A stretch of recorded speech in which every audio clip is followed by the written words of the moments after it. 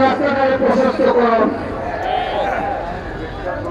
মাধবপুর ও চুনারঘাটের প্রতিটা ইউনিয়ন এবং গ্রামের রাস্তাগুলা কাঁচা এবং এই রাস্তাগুলোর কারণে বেশিরভাগ মানুষ অতিষ্ঠ এবং বিরক্ত বর্তমান নেতাদের জন্য। এই রাস্তাগুলো হবে আমার প্রায় প্রথম কাজ। এগুলোর আগে কাঁচা রাস্তা থেকে পাকা করা যাইলে পুরাই খোলা নগর আপনি চারদিকে ইউনিয়নের একটা রাস্তা যাওয়া যায় না। আমি প্রার্থী হিসেবে গিয়ে আমার খবর ব্যথা হয়ে গেছে।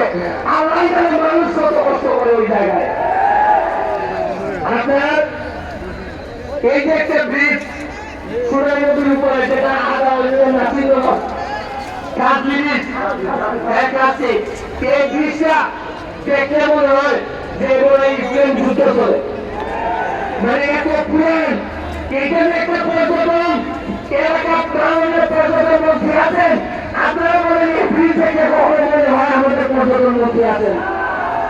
এই ব্রিজটা ভেঙে নতুন করে করাই আমার আরেকটা দায়িত্ব। তারপর মাধবপুর পৌরসভা থেকে গোয়ালনগর যে নদীটা গেছে সোনাই নদী, এত সুন্দর গোয়ালনগর যে আমি যাওয়াই থাকতে ইচ্ছা করছে। মনে ছেলে নদীটাতে গেছে, নদীর দুই সাইডটা যদি শাসন